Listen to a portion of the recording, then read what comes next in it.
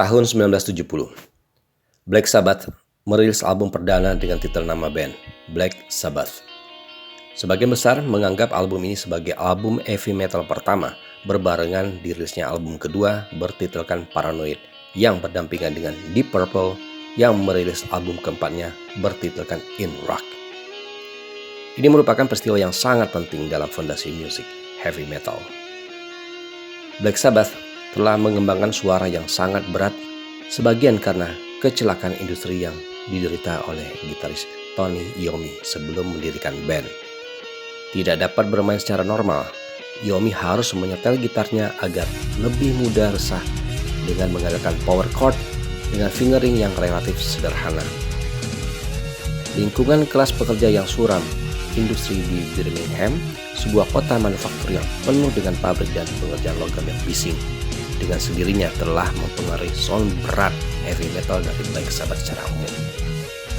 Deep Purple telah berfluktuasi di tahun-tahun awal, tetapi dengan masuknya vokalis Ian Gillan pada tahun 1969 bersama pendiri dan gitaris Ritchie Blackmore telah memimpin band menuju sound heavy metal yang berkembang. Masih di tahun 1970, Deep Purple dan Black Sabbath berhasil mencetak hit dalam chart utama Inggris dengan single Black Knight milik Deep Purple di posisi kedua dan Paranoid milik Black Sabbath di posisi keempat.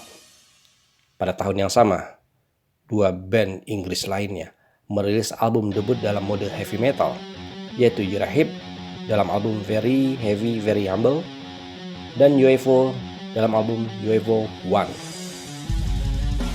Blood Rock merilis album debut self-titled mereka dengan koleksi riff, gitar berat, vokal gaya kasar dan lirik sadis dan mengerikan. Budgie yang berpengaruh membawa suara metal baru ke dalam konteks kekuatan trio, menciptakan beberapa musik terberat pada saat itu. Lirik dan gambaran gaib yang digunakan oleh Black Sabbath dan Uriah Heep terbukti sangat berpengaruh.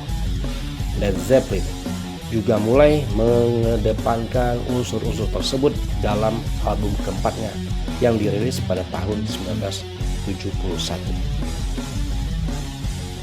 Pada tahun 1973, Deep Purple merilis lagu Smoke on the Water dengan riff ikonik yang dianggap sebagai lagu yang paling dikenal dalam sejarah heavy rock sebagai single dari album live klasik Made in Japan.